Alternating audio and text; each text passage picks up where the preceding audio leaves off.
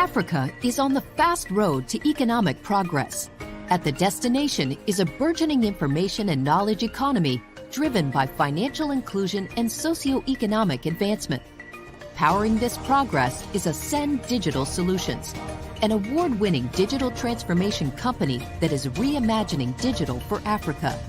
Ascend is accelerating progress in Africa's underserved regions and bridging the digital divide by charting a powerful digital roadmap underpinning economic growth, blending strong, innovative capabilities with financial and technology expertise, enhancing existing digital infrastructure to accelerate digital prosperity, and promoting diverse programs that drive localized and meaningful connectivity on the continent.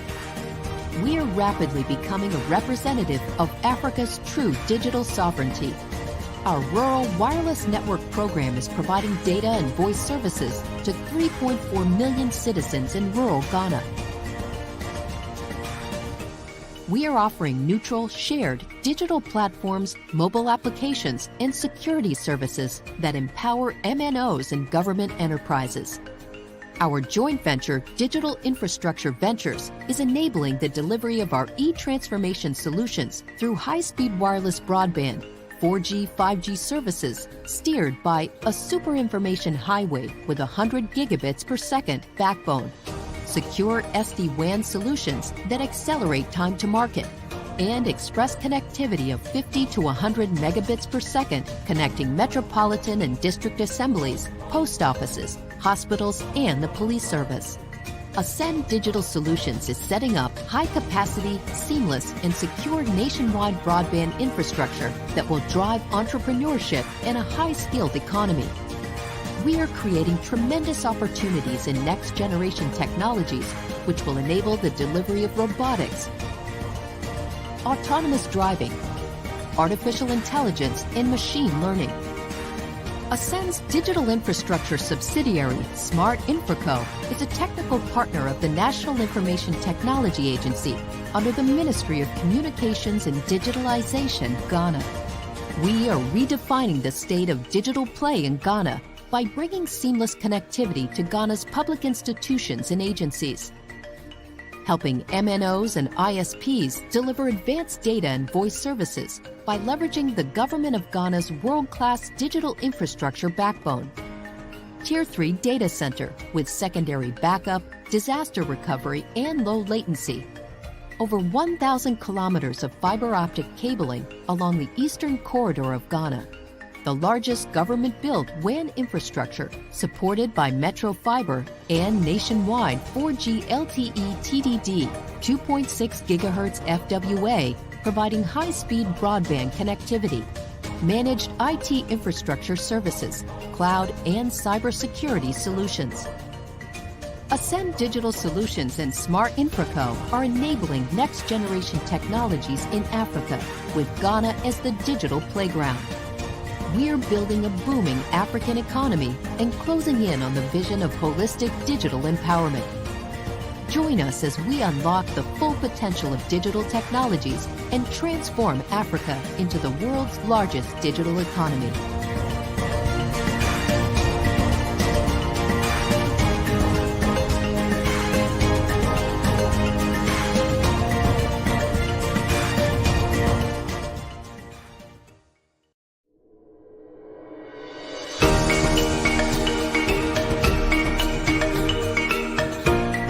Africa is on the fast road to economic progress. At the destination is a burgeoning information and knowledge economy driven by financial inclusion and socio-economic advancement. Powering this progress is Ascend Digital Solutions, an award-winning digital transformation company that is reimagining digital for Africa. Ascend is accelerating progress in Africa's underserved regions and bridging the digital divide by charting a powerful digital roadmap underpinning economic growth, blending strong, innovative capabilities with financial and technology expertise, enhancing existing digital infrastructure to accelerate digital prosperity, and promoting diverse programs that drive localized and meaningful connectivity on the continent. We are rapidly becoming a representative of Africa's true digital sovereignty. Our rural wireless network program is providing data and voice services to 3.4 million citizens in rural Ghana. We are offering neutral, shared, digital platforms, mobile applications, and security services that empower MNOs and government enterprises. Our joint venture, Digital Infrastructure Ventures, is enabling the delivery of our e-transformation solutions through high-speed wireless broadband, 4G, 5G services, steered by a super information highway with 100 gigabits per second backbone, secure SD-WAN solutions that accelerate time to market, and express connectivity of 50 to 100 megabits per second, connecting metropolitan and district assemblies, post offices, hospitals, and the police service. Ascend Digital Solutions is setting up high-capacity, seamless, and secure nationwide broadband infrastructure that will drive entrepreneurship and a high-skilled economy. We are creating tremendous opportunities in next-generation technologies, which will enable the delivery of robotics, autonomous driving, artificial intelligence, and machine learning. Ascend's digital infrastructure subsidiary, Smart Infraco, is a technical partner of the National Information Technology Agency under the Ministry of Communications and Digitalization, Ghana.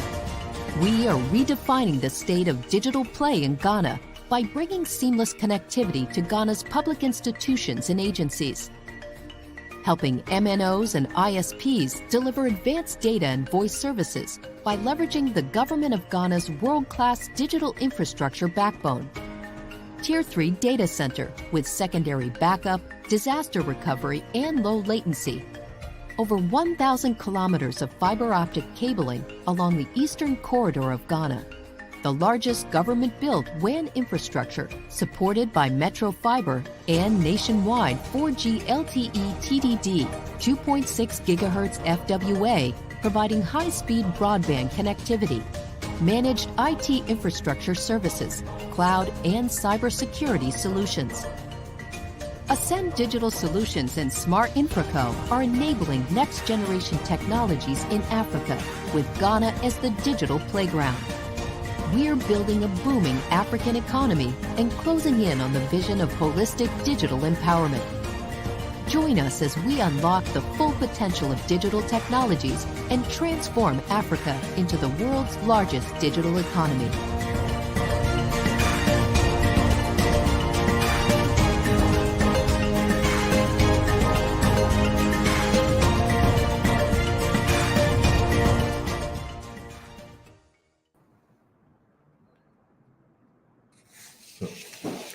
Hello, good afternoon, and welcome to today's webinar session. This is the first of the webinar series for Ascend Digital Solutions. The theme for today is the role of digitalization in achieving the African Union's Agenda 2063. Now, this 2063 agenda is a blueprint for Africa for transforming the continent into a global powerhouse in the future. It was signed 10 years ago during the celebration of the 50th anniversary of the AU, and served as a rededication of Africa towards the attainment of its Pan-African vision, which is a vision of an integrated, prosperous, and peaceful Africa, driven by its own people, representing a dynamic force in the international arena. Now, in achieving these goals, the AU set up a huge task of activities they want to do. One of them is establishing a world-class infrastructure that crisscrosses Africa, with priority given to communication and infrastructure connectivity. Now, a key outcome of this is to have a Pan-African e-network, which will ultimately transform Africa into an e-society. Now, if you want to transform Africa into an e-society, it means that Africa itself needs to undergo some form of transformation. That is digital transformation. This means that applying digital technologies to the way we do things, changing our processes, and coming up with new ways of doing things to meet the current market demands. And this will ultimately transform the continent into an e-society as the AU envisions. Now, Ascend Digital Solutions is spearheading digital transformation in Ghana and across the African continent. And to have a better understanding of what Ascend is doing and how we're transforming Africa, we'll invite the CTO of Ascend Digital Solutions, Michael Pabla, to tell us about Ascend and what we're doing. Michael, you're welcome. Okay, thank you very much, Thomas. Just to give a brief information about Ascend Digital Solutions. So, Ascend Digital Solutions is a trusted partner to public institutions across Africa, enabling in real potential of the fourth industrial revolution. We are upscaling and priming local talent to serve the critical requirements of Africa growing knowledge and information economy. ASEAN is building technology and service-driven platforms that leverages on the diverse and abundant human resources and collaborating with the local governments to prepare them for digital transformation. We partner with the governments to deliver on the ambition of digital for all, allowing private and public players to tap into rich digital infrastructure. We are doing this leveraging on partnership with leading technology brands like Tech Mahindra.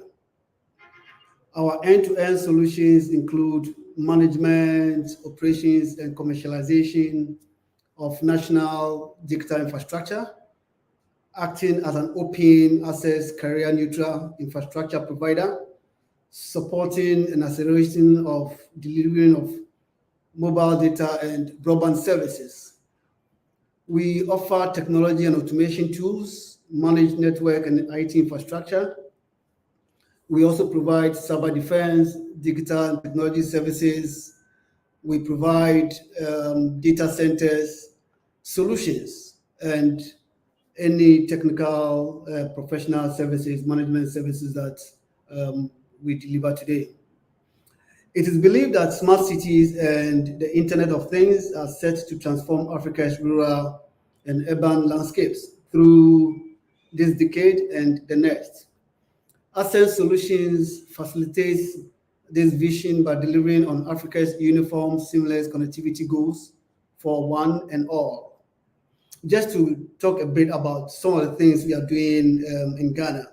So today, through the partnership with the government of Ghana, we are providing connectivity to 3.5 million people in over 216 rural communities across Ghana.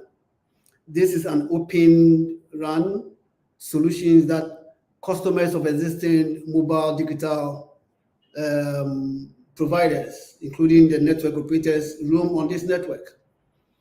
We provide services for the National Information Technology Agency, and these include managing of Tier 2 and Tier 3 data centers. We manage the only fiber infrastructure on the eastern side of Ghana, all the way from the capital, Accra, to the border of Burkina Faso. And this infrastructure is able to deliver connectivity to clients in Burkina Faso. We're also working today with Airtel Tigo as a partner to provide wide area connectivity to 951 government agencies. And these agencies include municipal and district assemblies, security services, post offices, hospitals nationwide. And this is a World Bank funded program. We are using cloud-based software-defined solutions for agility in onboarding new offices, new agencies, enhanced performance with an integrated security stack, and also ensuring the right service levels delivery for these agencies. Ascend Digital Solutions endeavors to become a trusted network and IT services provider to both public and private institutions across Africa.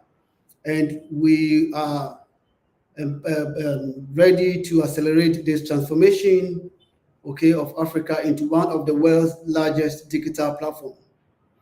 It is going to be a very interesting session this afternoon, and I believe you will enjoy it. Thank you, Thomas. Take over.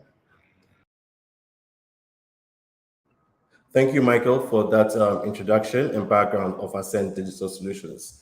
So as Michael said, Ascend is trying to drive connectivity and lead the digital transformation journey, not just in Ghana, but beyond our borders and looking at Africa as a whole. Now, with that said, we would like to turn our minds to today's session, which is the role of digitalization in achieving the African Union's Agenda 2063. To help us discuss this, we have 4 panelists who are experts in the field of digital transformation, connectivity. They have decades of experience within the telecom and digital space, and they're here to share some insights from partnerships to policies to collaborations and look at how we can transform Africa. To help us do this, I'd like to introduce the first panelist for today. He is the current administrator and Chief Executive Officer of the Ghana Investment Fund for Electronic Communications. Prior to his appointment, he served as the Deputy Director General for the National Communications Authority, in charge of operations, where he provided leadership and strategic management of NCA's decentralized field and regional operations across the country. He was also responsible for the administration function of NCA, which covered facilities, fleet, safety, security, and general services. He is a versatile business systems administration, analysis, and management professional, as well as a proven leader and manager with about 25 years of progressive professional experience spanning the manufacturing, banking, ICT, and telecommunications sectors in Ghana and Canada. Ladies and gentlemen, our first panelist for today is Mr. Prince Ofosu-Sefa, CEO of the Ghana Investment Fund for Electronic Communications. You're welcome, Prince.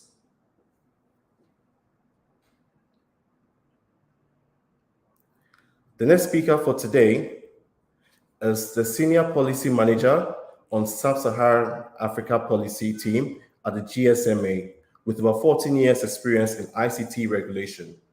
Based in Dakar, he is responsible for GSMA's advocacy programs and supported members in policy and regulatory matters in West Africa.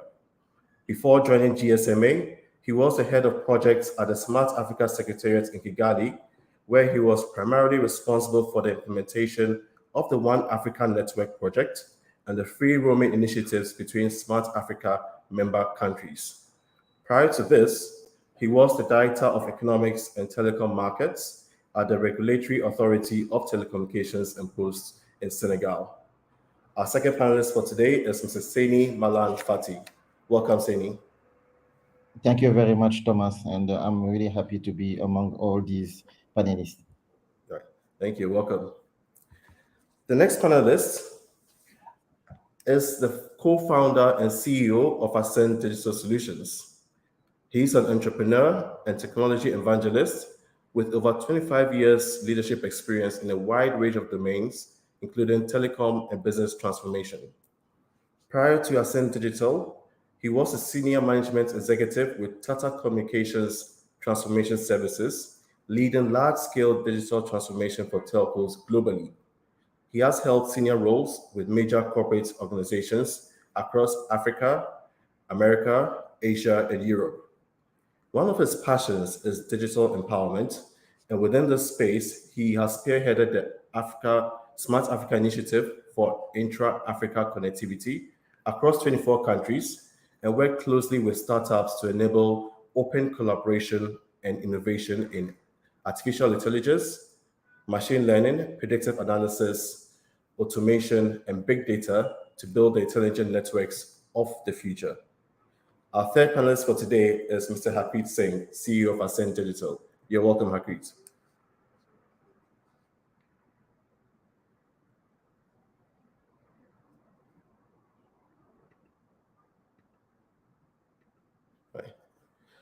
Our fourth and final panelist for today is the Director General and Chief Executive Officer of the Smart Africa Secretariat, where he oversees the process of defining and advancing Africa's digital agenda, as well as the development of continental blueprints for Africa on digital identity, ICT startups and innovation, and smart villages. Prior to joining Smart Africa, he served as advisor to the Prime Minister of the Republic of La Côte d'Ivoire, in charge of digital transformation and public reforms. He was also the advisor to the President of the country. He's an ICT professional with over 25 years experience in telecommunications, satellite, and intelligent transport system. Our fourth panelist for today is Mr. Lassina Kone. You're welcome, Lassina.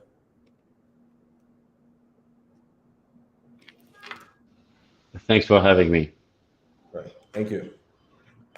So, audience, we have our four panelists for today.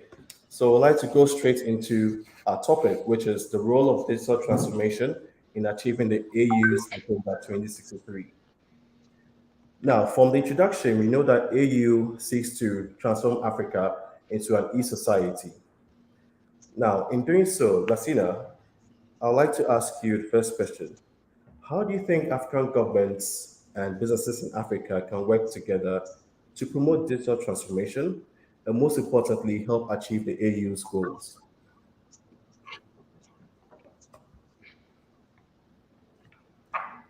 Mr. Lassina, over to you. Yes. I hope you can hear me. And this is a challenge. It's a test for all of us as I'm accessing from a 3G, 4G network. And we're hoping that we will not be disappointed by the connectivity, given that we are all in the. Can you hear me? Yes, we can. Yeah. Can you hear me? We can. Can you hear me? Yeah, we can hear you. Please go on. Oh, okay. Yeah.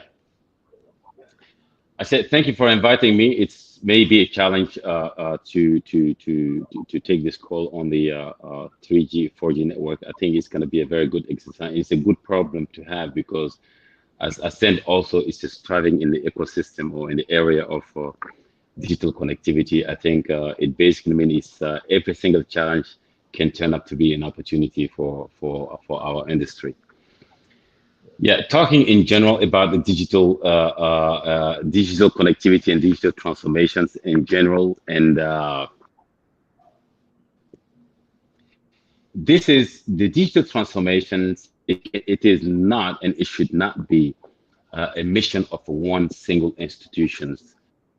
But we actually set it out at Smart Africa, created 10 years ago in 2013 by 7 heads of the state. Now about 39 countries covering about 1.1 billion populations, to transform Africa into a single digital market. But the mission is to basically drive the Africa digital agenda with a bold and innovative using the multi-stock approach. Whatever you say multi-stock approach, as you see, Smart Africa is the only Pan-African organization where we do have private sector sitting on the board. So by collaborating, the African governments and businesses, we can really collectively drive this transformation and foster the economic growth and achieve the goal outlined, as you said, in the African Union Agenda 2063. So the collaborations can take several shapes, several type of collaborations, like in the following way. First of all, establishing a supportive policies. As I usually say it in my different interventions, the GSMA, even online here, the probably witnessed it before. We in Africa in general, we tend to say, everything is really boiled down to the financing, investment, or funding even. But in my view of South Africa, it's not totally true, because I do believe that access to finance is like rain. For the rain to fall, you need certain conditions of the cloud. And those conditions of the cloud, they are the conducive environment, regulatory environment that our government actually must demonstrate. So establishing this supportive policy is very important. Government should be creating an enabling environment, which basically means regulators should not be just a collector only. Regulators should be an enabler for a bigger picture. So by creating an enabling environment and by formulating policies that really encourage investments in digital infrastructure is crucial to the success of our mission. It's crucial in the digital infrastructure, digital services, digital innovation, and even entrepreneurship, as well as digital skills.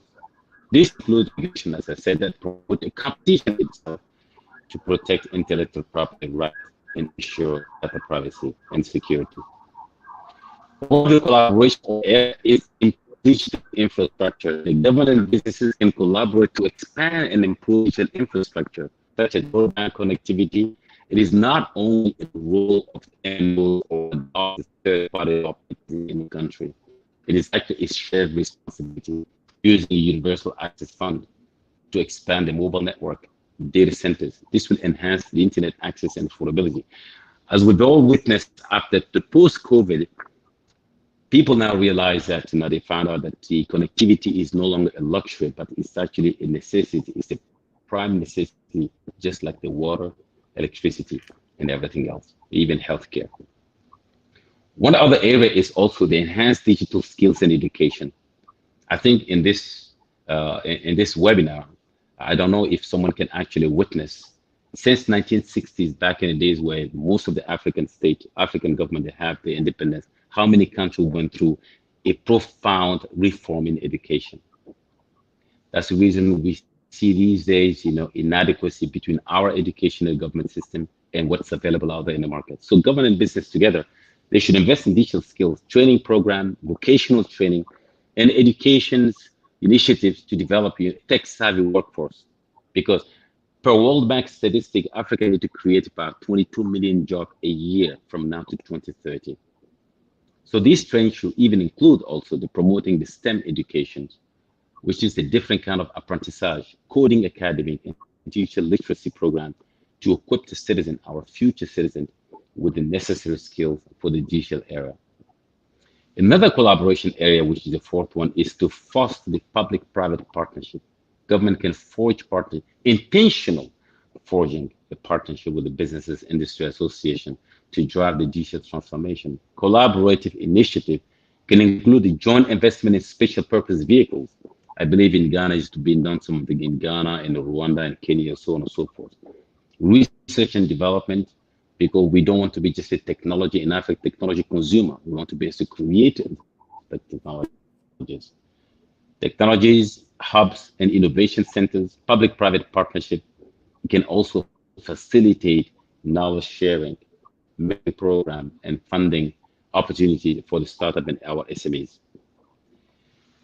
Number fifth, this partnership is really to encourage entrepreneurship and innovation, because 10, 15, 20 years ago, we never heard about entrepreneurship and the startups. So government should actually create an environment that nurtures entrepreneurship and innovation. This can be achieved by enacting Startup Act that provide incentive for startup and SMEs, because not everybody is made to work for the government. We do need to prepare our future entrepreneurs, such as what the government can do, not only by creating a Startup Act, but even giving us tax incentives, tax break, grants, and access to affordable financing, business incubators, accelerators, and venture capital network can also support the growth of innovative digital entrepreneurship. The number 6 of this partnership will be to promote the cross-border cooperative. Remember, if we are to sell our continent as in Africa, it's very hard to sell it just as one country. Ghana is only limited to 30 million. Kenya is about 48 million. Cote d'Ivoire is about 30 million. Senegal is a few million. How do we prepare Africa for Africa to be seen as a 1.4 billion population? So the African governments and the businesses should really foster regional integration and cooperation. That, of course, will require a policy harmonization in terms of regulation, because one thing the private sector do not like is unpredictability. So we need to be promoting a digital trade and agreements such as the ACFTA, Continental Free Trade Area, which is actually hosted in Ghana, and developing cross-border payment system that will be able to enhance the intra-Africa collaboration and expand the market opportunity. Number 7 of those partnership collaboration is investing in digital health and agriculture. Government, business, and private sector can prioritize investment in digital health system and agricultural technologies to address our critical challenges in healthcare in Africa. Food security. This includes leveraging a mobile health application. The reason why I'm saying this, if we leverage mobile health application, telemedicine, e-commerce platform for agricultural produce, and data-driven farming technology to improve access. How can you understand, I'm speaking here under the control of the GSMA, a continent which is actually generating $495 billion transaction value in the mobile payment, and yet we are not really leveraging that transaction values for something else such as the e-commerce and the agriculture and e-governance application. The last one, which is the number 8, it's ensuring inclusivity and accessibility.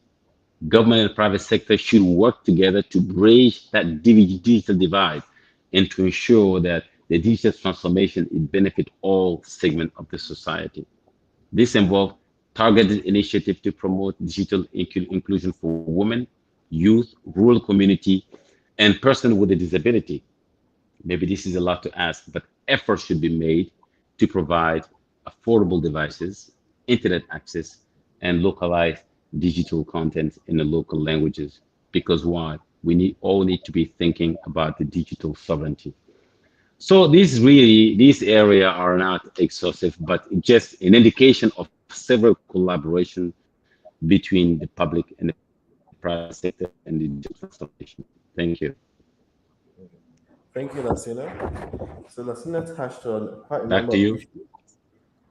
Yeah, quite a number of areas that we need to government and businesses need to focus on. One is creating an enabling environment with supporting policies, encouraging entrepreneurship, cross-border cooperation, investing in digital health, and ensuring inclusivity. Now, another thing that Lasina you mentioned is the public-private partnership.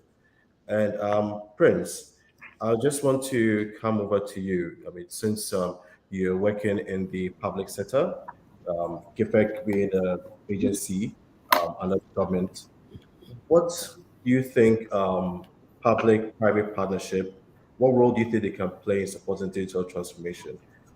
Probably you could share some examples that GIFEC has worked on in Ghana in this public-private partnership arena. All right. Thank you very much, Thomas. Sorry, we've had some few other meetings happening with our ministry, and they are our bosses. So when they call us, we run and move. So, for us here at GIFEC, public-private partnerships have always been a part of what we do. The very setup of GIFEC, which is Ghana Investment Fund for Electronic Communications, the very governing act that established our agency had the foresight to build in a very collaborative organization. And so that is part of our mandate, that we're to collaborate with industry, and we work with the industry forum. So it's not even an option for us. It's always been by law, we are set up to do that. So public-private partnerships to us is an effective strategy to accelerate the development of the key mandates that we have, which is to bridge the digital divide. And so we have lived it. We're set up to do that. Our board is half public sector and half the industry forum. So we work with them tightly to ensure that, and this to me is obvious because government is not really set up to deliver services very well. That's not what government has ever done well anywhere. So government often, in my view, is best at doing oversight, regulations, and so on, looking out for the public good. Those things, the ministerial level and at the agency level, I think that is a good skill set that you often find within government circles or government sector. But when it comes to keeping up with the evolution of technology, keeping up with the technical aspect, keeping up with even sometimes the funding, and then the efficiencies that come with actually delivering the services, government is not primed to do that anyway. So we partner very well with the private sector, which does or do those things very well. which is keeping up with technology, which is sourcing and coming up with creative ways of funding, which has entrepreneurship built into the very DNA that make them entrepreneurial, and all those things, the efficiency, getting workers to do what is expected of them without too much of some of the bureaucratic inefficiencies that we see in the public sector. And so that's how we've been. So typically we work with organizations such as Ascent to make sure that they bring those skill sets that they're good at, while we ensure that we project manage, we oversee, we make sure that the policy framework, looking out for the public good and all that is also maintained. So that's PPP to me. It's not just the theory, but very much has been our practice. Thank you. All right, thank you very much, Prince. And that's quite interesting. I think you made a statement that government has never been in a position to sort of manage these things themselves. That's why it's key in having partners who will bring aboard their skill set to help deliver on our transformation agenda. And another thing of note is, which you mentioned, is that government is best at oversight and regulatory, which is quite interesting. So on that note, Sani, I know you are an expert in policy and regulation. I just want to find out from you, within the space of digital transformation, whether looking at the public side or the private side, are there any policies that are there to support digital transformation currently in Africa? And if you can shed more light on these policies. Thank you very much, Thomas. And again, thank you for inviting me to this panel. Yes, indeed. You know that we have many initiatives. We have Smart Africa, we have AU, we have also the regional economic bodies. All of them, they are trying to strengthen and also to make happen to have the digital transformation, because as you know, Africa continent, we have like the age of our youth is of people is really low, and for that we are working for them, because we don't want the digital divide also to grow. So what we are doing now is to build for them, and we have many initiatives in the continent, and even us at the DSMA, we are trying to collaborate, to work, and to be involved on those initiatives. I can give example with Smart Africa, even the AU. We are also working with some countries where they have built and draft broadband paper, like in Nigeria, like in Ghana, and other countries in West Africa, in East Africa. Because you know that many countries and organizations, they have recognized the importance of digital transformation, and for that they have implemented policies in order to support it, and also maybe also to support the mobile industry. And those policies, they are designed to facilitate the adoption and the integration of digital technologies across various sectors. And it's really important to note that the specific policies and approaches to support that transformation can vary significantly between countries and organizations. And those policies when implemented effectively, can create an enabling environment for the mobile industry in sub-Saharan Africa and in Africa, the whole continent, in order to embrace digital transformation, to expand the connectivity, drive innovation, and also to contribute to socio-economic development. Okay, and to support and facilitate digital transformation, you have several policies that are also needed. Okay, but we don't have everything, but we need again to continue to foster it and to draft it. And these policies should address various aspects, ranging from infrastructure development to regulatory framework, and also to digital skill enhancement. I just want to give you, for example, what we did last year as a study. In sub-Saharan Africa, we have like 40% of connected people.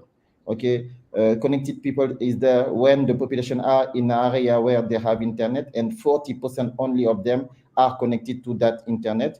We have a usage gap that we need to tackle of 44%, and the coverage gap is still at 16%. We have done a lot in order to cover more countries, more areas, but there is still a room that we need to foster. But right now, we think that the main issue that we have in Africa is also to tackle the usage gap. And earlier, DG Lassina gave example like affordability of handset, literacy. So we have many things that we need to do also. Okay, so if you want also to go to the digital transformation, I want to give some key areas that we need to work on. Governments and regulatory bodies, they need to establish policies and frameworks that will promote competition, innovation, and investment in digital infrastructure. And these policies will ensure a level playing field and encourage mobile operators to invest in upgrading their network and services. Secondly, they need also to formulate and implement national broadband plans that set clear targets, because as said by DG Lassina, the private sector, the investor, they need to have like a better view on where the countries are going, where we are going, in order to plan the cost in investment. Okay. Also, I will also touch base on spectrum allocation. So the government, they need to allocate radio spectrum to mobile operators in order to enable them to provide wireless services. And the policies related to spectrum management and allocation play a crucial role in facilitating digital transformation. And for that, we need the efficient spectrum allocation. And right now, we are working with Smart Africa and AU and also regional economic bodies in order to help some countries to draft a roadmap, and also to help them when they will take the decision to implement 5G. We did it in Kenya, in Zambia, in Ghana 1 month ago, and also in Cote d'Ivoire. Also, government may implement policies that will incentivize mobile operators to invest in expanding and upgrading their infrastructure. It's really important, and that can include tax incentives, subsidies, and also grant to support the deployment of advanced network. We have some government that they have recognized the importance of universal broadband access, and also implement policies to bridge the digital divide. And they encourage mobile operators to extend their coverage to underserved areas. For example, in some countries, they have reduced the spectrum fees for the rural areas in order to help the mobile operators to invest more. We have also policies around data protection. Don't forget that, because even if you go to digital transformation, we need also to work on data privacy and data protection in order to ensure that mobile operators also could handle customer data responsibility and securely. And these policies build trust among consumers, because we notice also that there is a lack of trust between consumers and mobile operators, and also between governments and private sector. And we need to build on that trust, because we have all the same goal. And those policies for trust will create an environment conducive to the development of digital services. And mobile operators must comply with regulations such as the General Data Protection Regulation in order to safeguard user privacy and enable digital transformation. And also, policymakers also can encourage collaboration between mobile operators and other stakeholders, such as government agencies, technology providers, and also startups. And for me, these policies will collectively create an enabling environment for mobile operators in order to embrace digital transformation. And by providing regulatory clarity, investment incentive, and support for infrastructure development, policymakers will facilitate the adoption of digital technologies. They will also enhance service offerings and also drive economic growth through the mobile operator sector.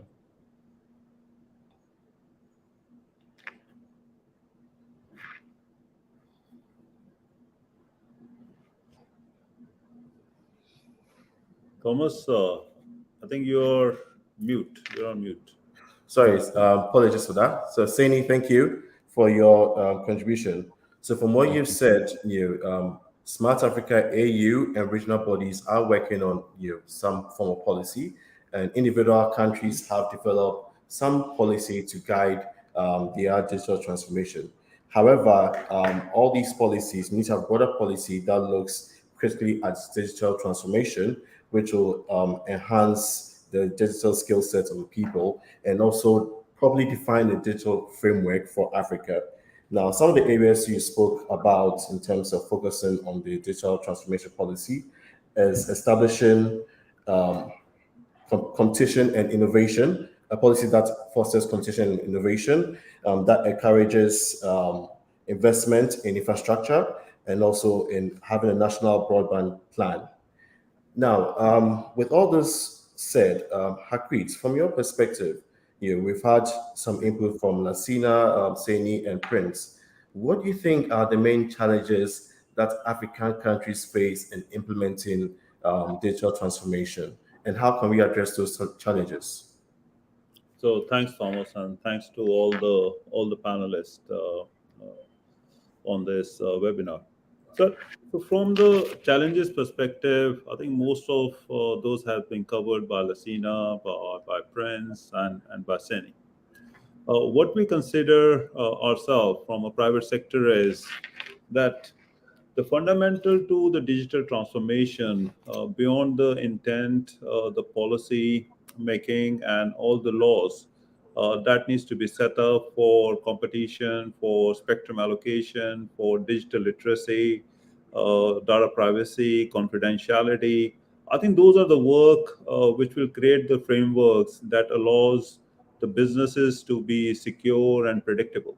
Okay, but we cannot wait for those policies and frameworks to be implemented for the private sector to come and thrive and build up the infrastructure that is needed for digital transformation. Okay. And as you know, the biggest challenge we have in Africa is borders. We have 54 or 55 countries now, and the market size for private sectors for most of these countries is an impediment to bring large scale investments. Okay. And to actually attract finance to the bankable projects, so the investment gets skewed up into large markets like Nigeria. You have South Africa and other some of the Northern African countries, right?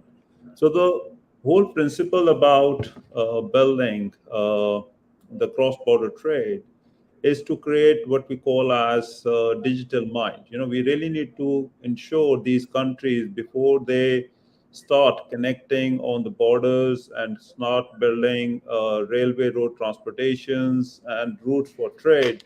I think the leaders in Africa needs to all embrace a digital mind, which is connected all the time. Okay. Now, coming to the point where we are in the technology innovation that has happened over the last, especially over the last 10 years, decade.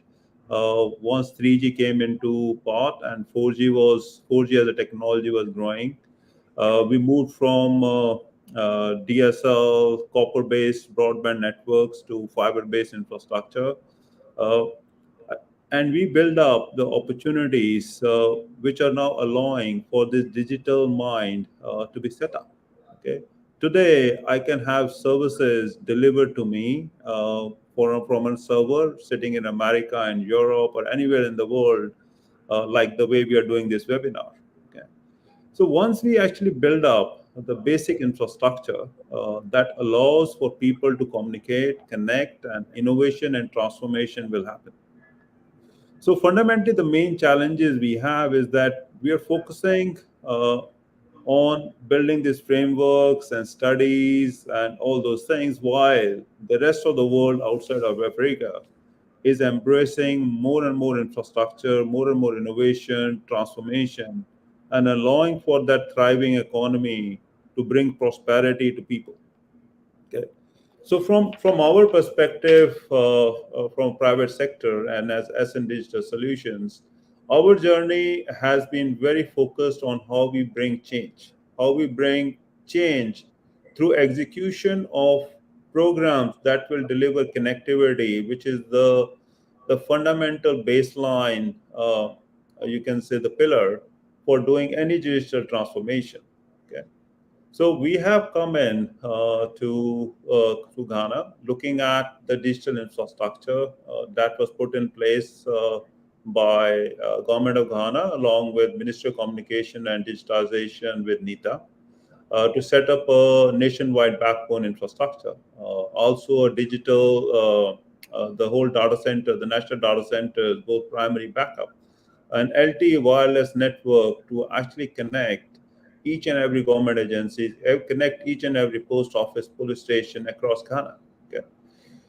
It was a very good program. It was very well executed from the capex perspective. It was very well executed from the development implementation perspective.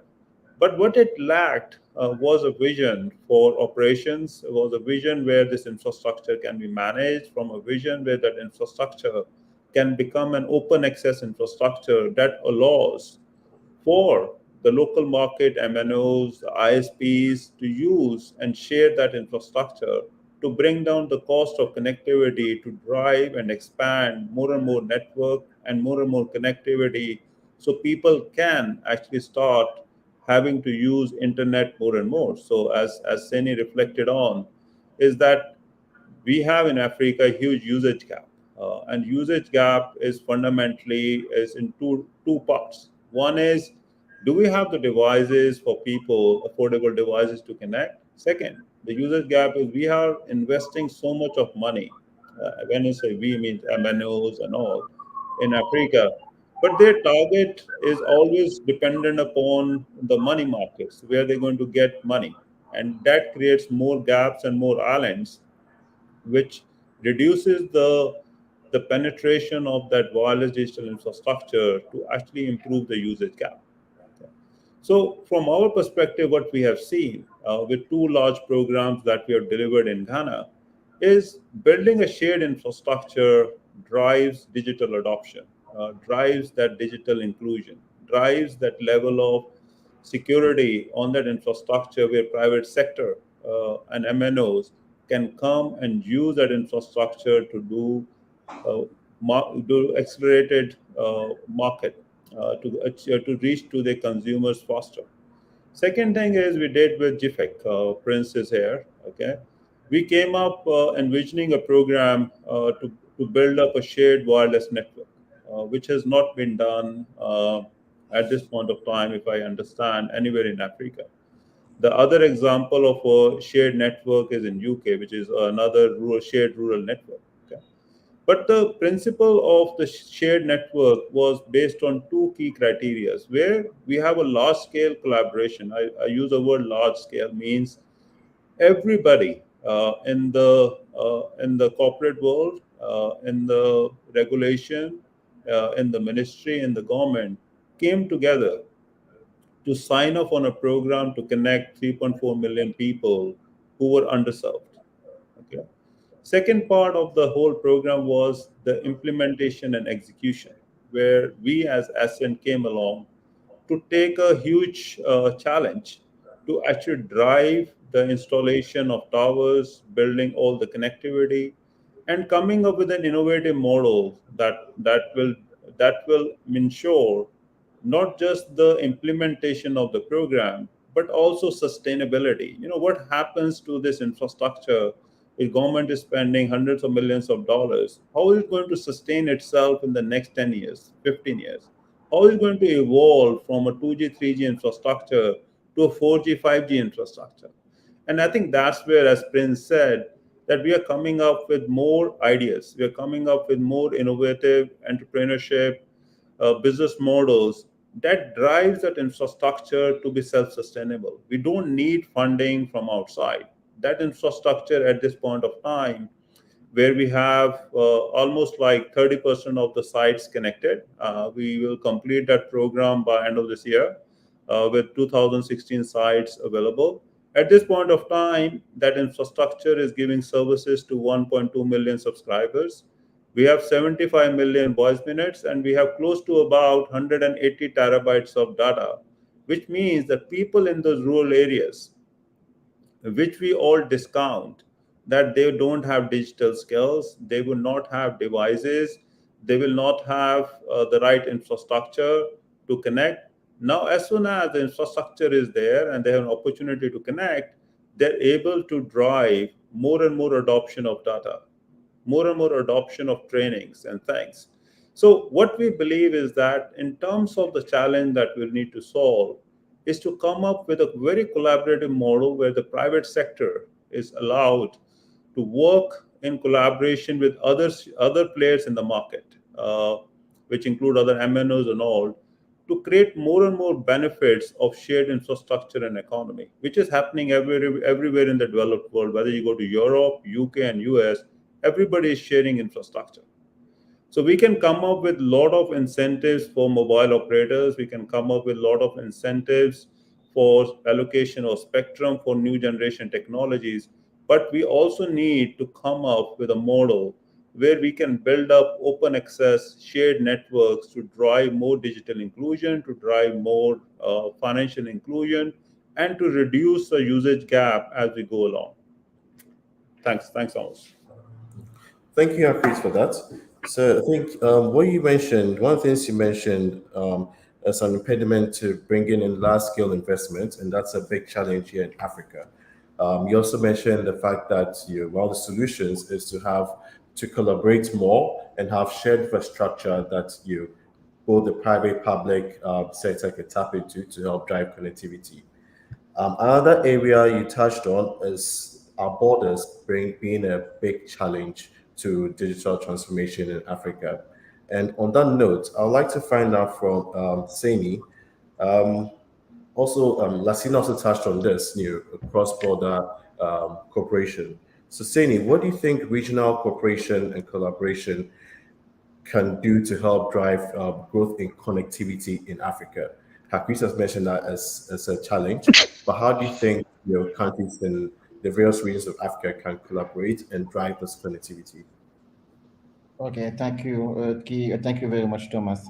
For me, I think that first of all, African countries, they can leverage, I said it before, that they can leverage on regional institutions such as the African Union, the regional economic communities, and also the specialized agencies to facilitate connectivity initiatives. And Smart Africa is one of them. You see that in the beginning, when I was there, we were lacking the belief of some countries, but now with the great work that they are doing under DG Lasina, now you see that private sector countries, everyone is trying also to bring support, to bring what they can in order for the continent to achieve the vision for a one single network, one single Africa. And for me, the collaboration between African countries can play a significant role in supporting the growth of connectivity in Africa. Overall, regional cooperation and collaboration among African countries can foster an environment of synergy first, resource sharing, and mutual support. Okay, as said by Arcuate. And by leveraging each other's strengths, addressing common challenges, and promoting a unified approach to connectivity, African nations can accelerate the growth of digital infrastructure, expand access to affordable connectivity, and drive economic development across the region. So it's worth noting that regional cooperation requires also a political will. Without a political will, we can do anything. So we need political will, we need commitment and sustained engagement from all participating countries. Additionally, the involvement of the private sector is also crucial to ensure the successful implementation of collaborative initiatives. So that's why every time the GSMA is advocating for when countries are setting up policies or implementing projects that to involve the private sector at the beginning. So some key things that I want to touch. The first one is African countries can collaborate to pool resources and also expertise to develop and improve digital infrastructure across the continent. This will include laying down fiber optic cables, establishing data centers, and expanding high-speed internet connectivity. And we need to work together, and that we can leverage economies of scale and reduce costs, making infrastructure development more feasible. We need also to harmonize the regulation in the continent. So all the countries, they need to work together in order to harmonize regulation and policies related to telecommunication and connectivity. So that can include aligning spectrum allocation, licensing frameworks, and also technical standard across borders. And this harmonization will reduce the fragmentation and create a conducive environment for mobile operators to expand their services seamlessly across multiple countries and promoting regional connectivity. The second thing is the cross-border infrastructure development. So we need a collaboration, and that collaboration will facilitate the development of cross-border infrastructure, such as fiber optic networks again and terrestrial cables. And we think that by jointly investing in and establishing interconnect infrastructure, countries can improve the quality and also reach of the connectivity. And the cooperation also will help overcome challenges like high cost, difficult difficult terrains in some countries like we have in West Africa, Niger, Burkina, and also regulatory barriers that may hinder the expansion of infrastructure within individual countries. We need also to share best practices. We cannot be alone. We need also to share and to collaborate together. And I strongly believe that African countries, they can learn from each other experiences and best practices in promoting connectivity. We need also to share knowledge about successful initiatives, innovative business model, and regulatory approaches that can accelerate the growth of connectivity. We need also to set up a collaborative platform, do workshop and forum in order to establish and facilitate the exchange of expertise and ideas among countries. We need also interconnection agreements, so the mobile operators can enter into interconnection agreements. Joint investment also could be a key. And lastly, we need knowledge and skill transfer. Okay, so we need to collaborate in order to facilitate knowledge and skills transfer between countries, and that can involve training program, technical exchanges, and capacity building initiatives. And I will finish by we need a policy coordination. Okay, regional collaboration enables policymakers to coordinate their efforts in promoting connectivity, and that can include aligning policy objectives, sharing information, and coordinating regulatory frameworks. So that's in a nutshell all these areas that I think that could also support and help the continent to achieve the digital transformation. Thank you, Sani. So yes, we need to collaborate between ourselves as African countries. We need to pull together our resources, share best knowledge, best practice, and also have intercontinental agreements that enable connectivity, cross-border connectivity. Before we move on, I'd like to ask our audience to, if you have any questions, please feel free to type your questions in the comment section. And once the panelists are done with their session, we'll address your questions. So moving on, Harpreet. So Sani mentioned Smart Africa as one of the organizations that is driving policy in the area of digital transformation. We've got GSMA with the work they're doing. Now, how do you think local players in the digital space, as well as international players such as Meta, can support the development of digital infrastructure and connectivity in Africa while working with players such as Smart Africa and GSMA? Okay.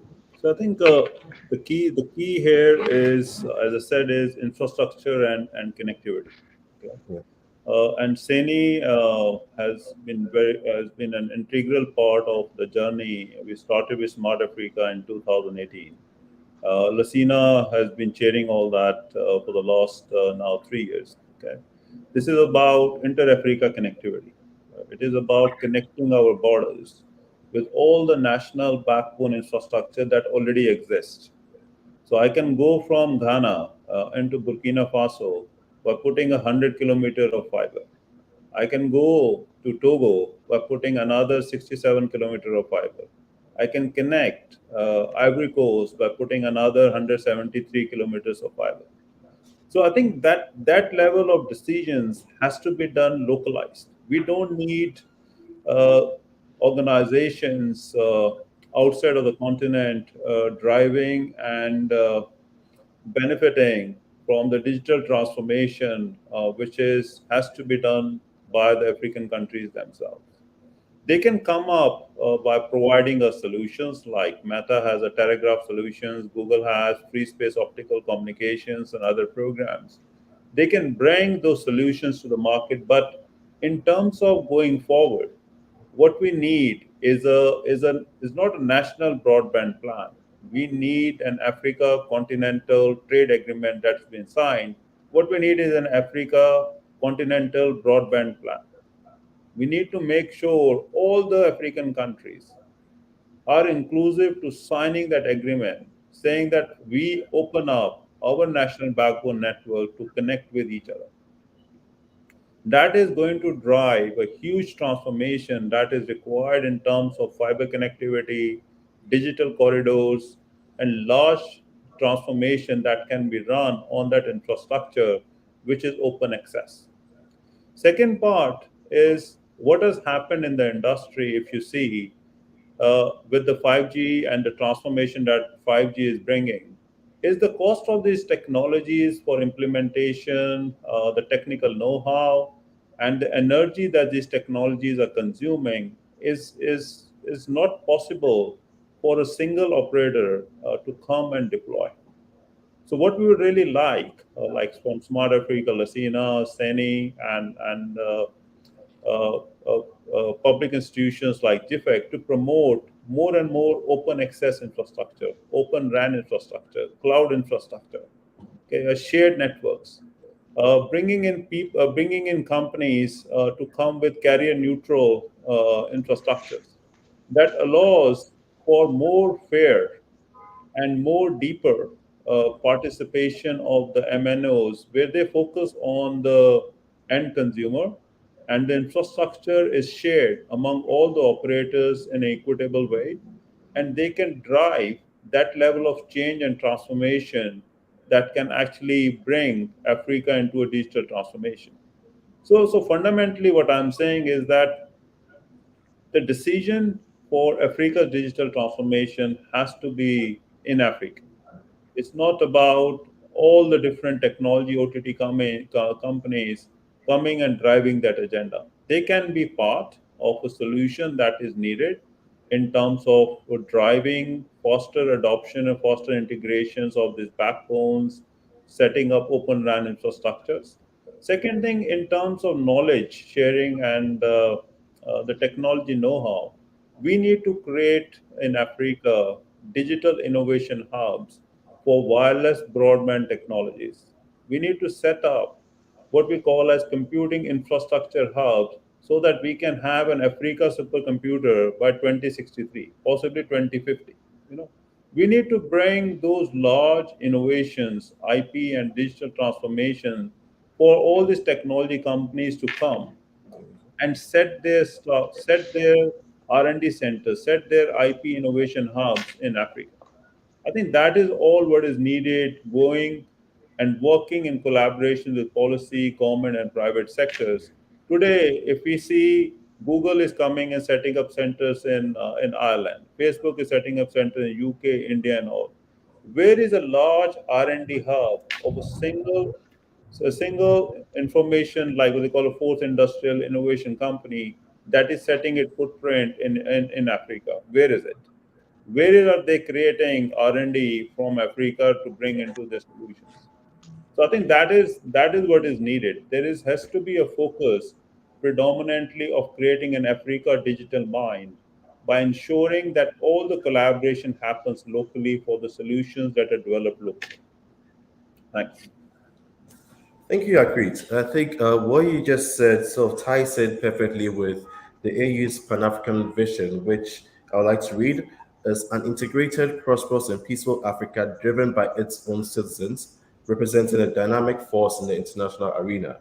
So what you said actually perfectly ties in with this. In terms of Africa driving connectivity, we don't need the players outside to come in and drive this connectivity. We've got infrastructure in place already. It's a matter of cross-border cooperation, as Lasina and Saini mentioned earlier, where we can share infrastructure and drive connectivity within ourselves. The external players can come up with the solutions that we need to plug in, but in terms of driving that connectivity, we need to do it ourselves. Africa can do it by ourselves. So that's a good point, Hagrit. So, Prince, so Harpreet has mentioned the fact that, look, we've got infrastructure and Africa can drive this connectivity using what we have in-house locally. So looking at the mobile network players in Africa, you and focusing on the rural areas, how do you think the mobile network operators can sort of drive rural connectivity? I know Harpreet has mentioned the fact that there needs to be an open shared infrastructure in place, like what currently exists in the rural parts of Ghana. But then, how, from your perspective, what do you think other mobile network operators can do to plug into this?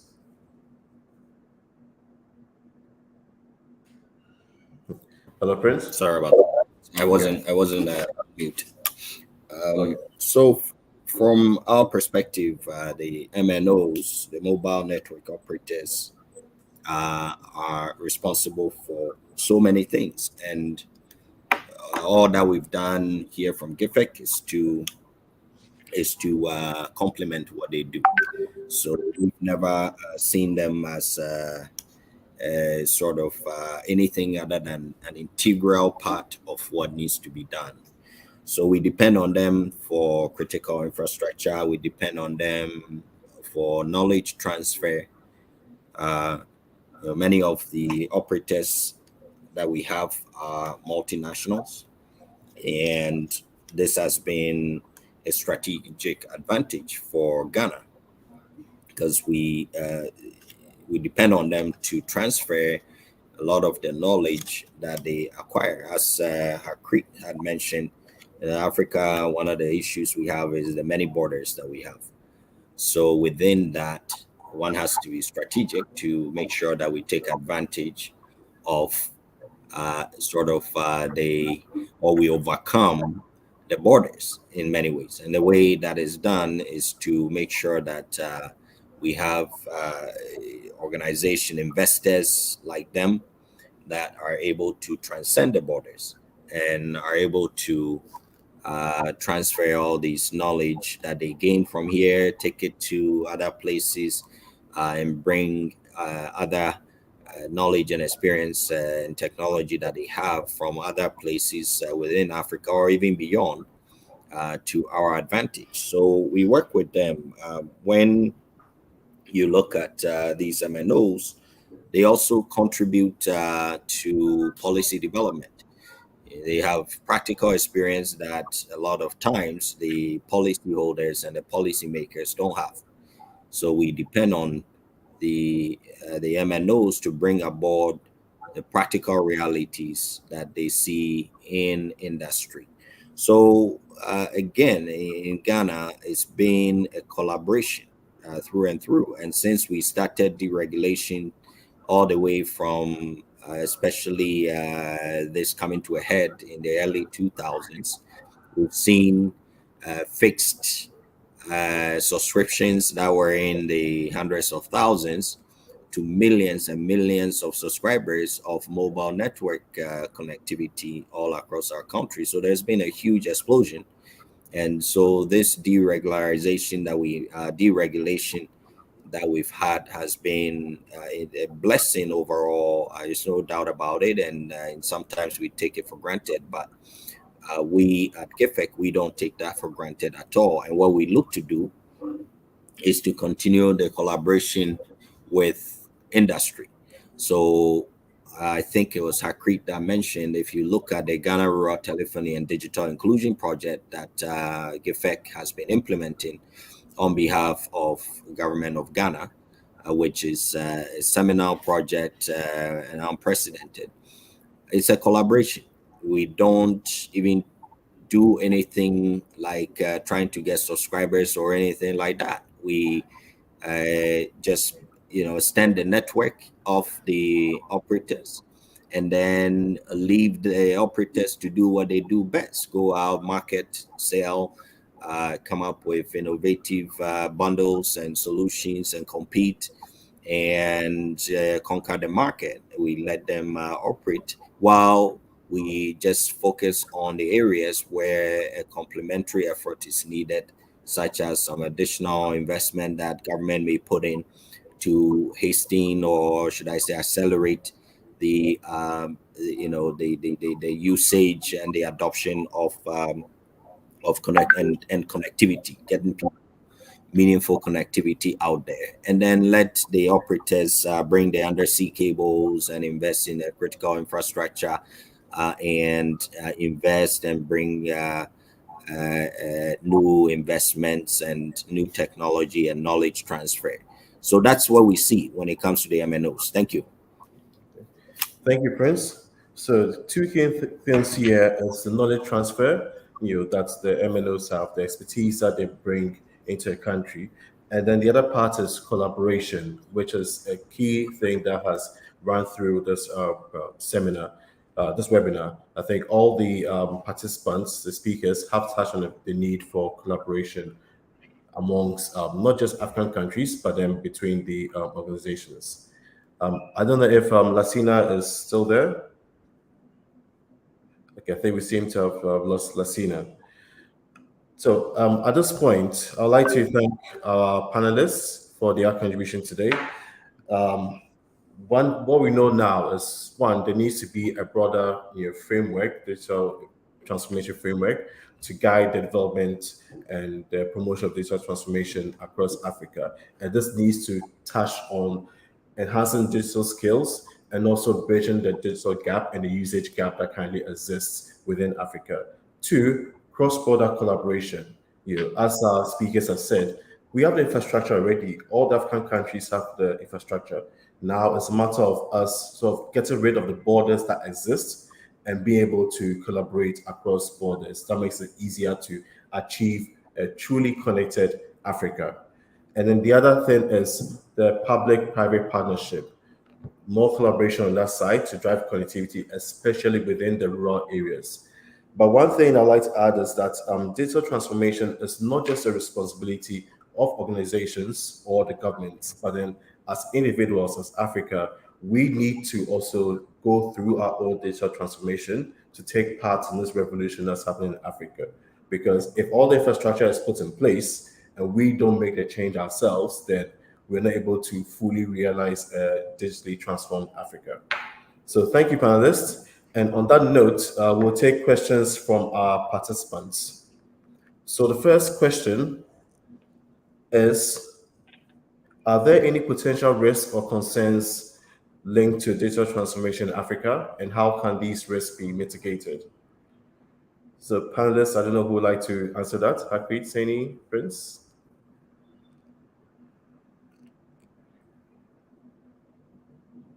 I think Saini would be the best to talk about from policy, and he raised some concerns on the digital trust. Okay. Okay. Thank you, Akirik. Okay. So for me, I think that digital transformation presents both opportunities and challenges. Okay. So while it has the potential to bring significant socioeconomic benefits, so you have several risks and concerns that need to be addressed. Okay. So you have the infrastructure challenges. In Africa, we have like limitations for the infrastructure. We have limited access to reliable electricity. Some countries even they use the USF funds in order to tackle the issues that they have for electricity.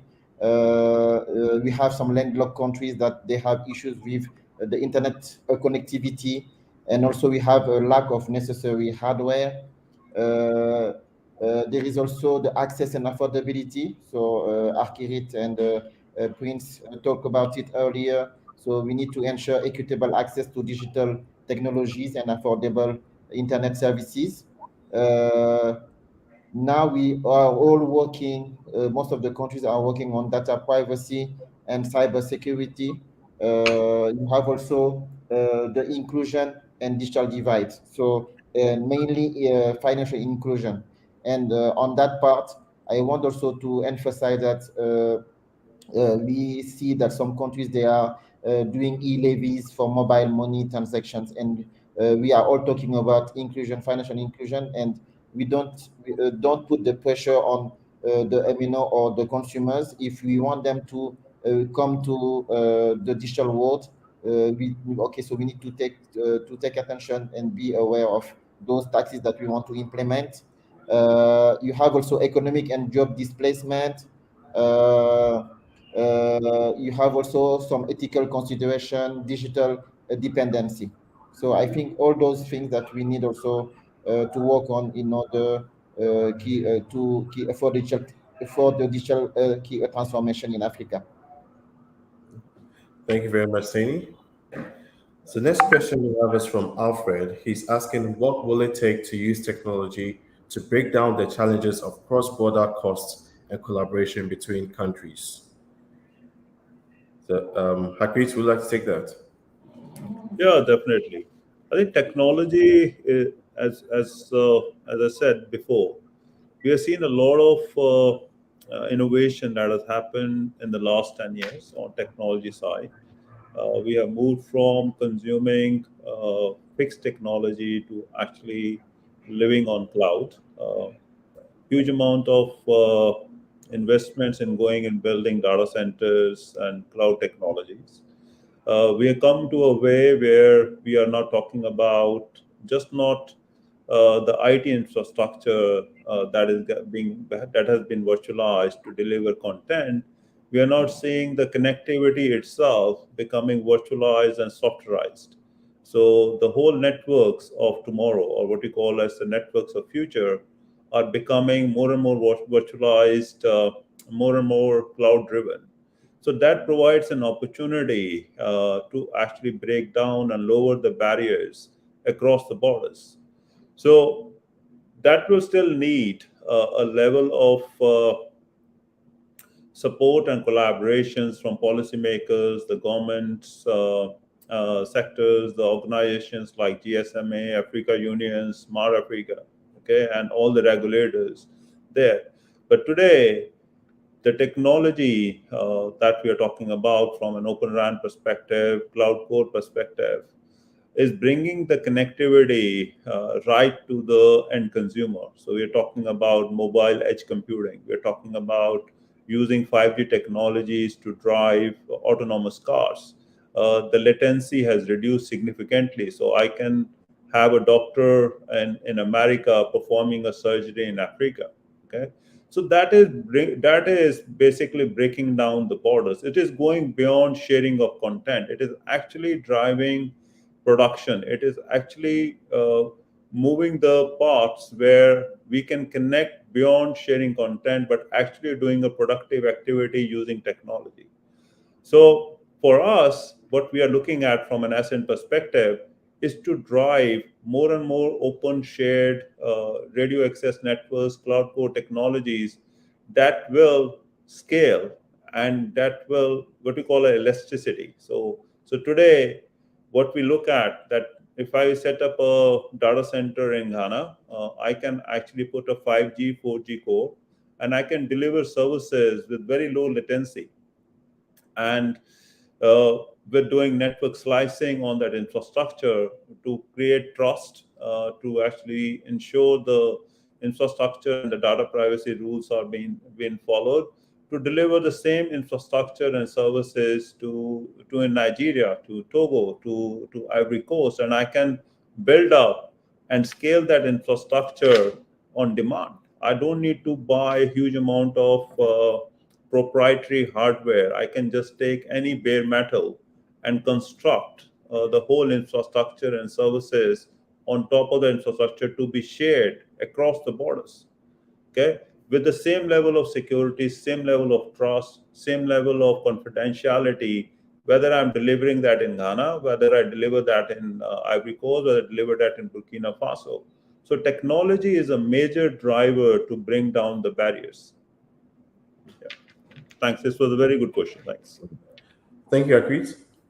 So the third question we have is from Pius. His question is, are there disadvantages of foreign players building these infrastructure in Africa? I think he's referring to the fact that we said Africa has infrastructure as a matter of cross-border collaboration. But he's asking, is there any disadvantage of having external foreign players building the infrastructure in Africa? Yes, yes, Yeah. I'd like to take this. Yes. Definitely. I know I'm a board member of the Institute of ICT Professionals Ghana, and I have spoken with quite a few people in the industry. So I know that this particular issue is one that is of great concern to many of the professionals in the industry, and it has to be looked at by our policy makers and our policy holders. The fact is that in a multinational situation, often the focus is on efficiencies, the focus is on for I hope I don't mean it in a pejorative way, but the focus is also on profitability, which is fine. And at times, if you're not careful in some of the subsidiary countries, you can easily become sort of how do I even put this, a user of technology. So the data center may be located in the home country or some other regional or sub-regional location, and if you're not careful, you just end up being a user country, if I can put it that way. So it's important that the policyholders look at to what extent should certain things be localized. There are data privacy issues. How much of some of the core data that can be housed offshore needs to be looked at, all towards making sure that at a certain point, just from a national security and a strategic standpoint, there needs to be a level of infrastructure and also expertise that has to be localized to ensure that we don't just end up being sort of the client side of everything, and that we retain enough of our own sort of data from a sovereignty standpoint. We also retain some level of expertise from a data center, a host side standpoint. And I think that needs to be looked at so that you're not just the pusher of client systems, and you end up with so many highly trained technologists and IT professionals and so on who are not able to sort of get the necessary experience. So there needs to be a certain compromise between the efficiency and the profitability aspect of these multinationals and the local aspect of things. Thank you. Thank you, Prince. I think we'll take the last question from Robert, who says there's been a lot of talk about collaboration and integration. His question is, who is to lead this agenda, and how does the culture and attitude of citizens play in this agenda? I guess, Saini, since you are more on the policy regulatory side, maybe you can touch on this. Okay, yes, okay. So I was saying that, and I was not the only one. that for collaboration and integration, first of all, we need the political will. Okay, so it's coming from the top. Okay, so we need to have the buy-in of our head of states and also of our ministers. First of all, the first to lead on this will be, like I said, the head of states through AU, African Union. Okay, because they need to push, but also we need that African Union, they need also the means and the funding in order to be able to make effective what they are putting in place on policies and regulation. After that, you have also like a really strong alliance, which is Smart Africa. So Smart Africa, they have many projects, many blueprints, and they need also the support of the private sector, and also the regulators in order to push for that collaboration and integration. And lastly, you have also the regional economic bodies like ECOWAS in West Africa, like EAC. So all of them, they can also be like the arms of the AU in order for the collaboration and integration to happen. And also, I forgot also that you have also the EFCFTA agreement. All the countries, they have ratified last year, and now they are finalizing all the documents and also the guidelines to implement it effectively. And even the private sector, even the GSMA, our head of vision, Angela Wamola, is also part of that work. And okay, so we are also collaborating, and this agreement maybe in the coming months of year that will be implemented effectively, and it's really important. Okay, thank you, Sani. Unfortunately, that was the last question we could take. So first of all, I'd like to thank our panelists for today. Prince Sifa, who is the Administrator CEO of the Ghana Investment Fund for Electronic Communication. Sani Fati, who's a Senior Policy Manager at GSMA in charge of Sub-Saharan Africa. Harpreet Singh, who's the CEO of Ascent Digital Solutions, and Lasina Kone, who is the Director General of Smart Africa Secretariat. So before we end, I'd like to give Harpreet opportunity to briefly tell us a bit about what to expect from Ascent going forward and what we're trying to do in Africa. So thanks, Thomas, and thanks, Prince and Seni. We lost Lasina. He had some issues with the connectivity. So I will be keeping it very short. From Ascent perspective, our focus is Pan Africa. Our focus is to take an opportunity in the whole African digital transformation, and we, in our vision, we see Africa to become one of the biggest digital playground. There were a lot of discussions around entrepreneurship, innovation, and transformation.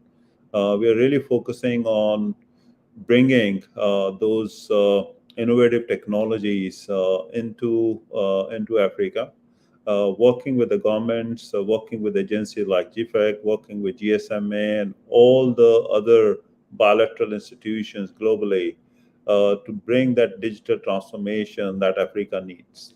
By focusing on programs that will help to create more digital connectivity across countries, bringing technology on cloud, data centers, open RAN, that allows for us to create more equitable, more competitive environment within the countries where MNOs focus on bringing just not data and voice services, but also focus on creating vertical industries that will give rise to the driverless autonomous cars, which will drive to more robotics and more manufacturing that can all be indigenized in Africa. So with the note on that, I would like to really see that we become one of those enablers and catalysts of bringing that digital transformation. Starting in Ghana, we'd like to move into other countries, scale what we are doing here. Thanks.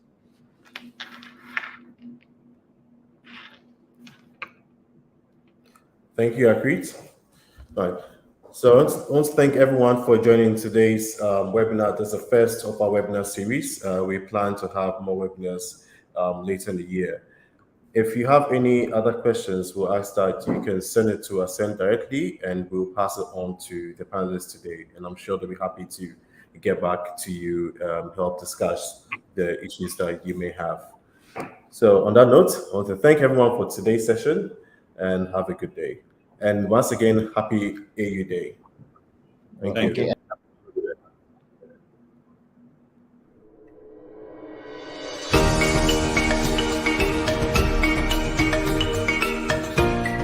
Africa is on the fast road to economic progress, driven by financial inclusion and socio-economic advancement. Ascend Digital is accelerating this progress in Ghana through its Rural Wireless Program, which provides connectivity to over 3.4 million citizens, and its joint venture, Digital Infrastructure Ventures, which is enabling the delivery of e-transformation solutions to over 900 state institutions nationwide through high-speed wireless broadband. Smart Infraco, a subsidiary of Ascend Digital, is a key enabler of this journey and a technical partner of NIDA under Ghana's Ministry of Communications and Digitalization. Smart Infraco is leveraging the government's world-class digital infrastructure to bring seamless connectivity to public institutions and help operators deliver advanced voice and data services. Together, Ascend Digital and Smart Infraco are realizing the vision of holistic digital empowerment for Africa.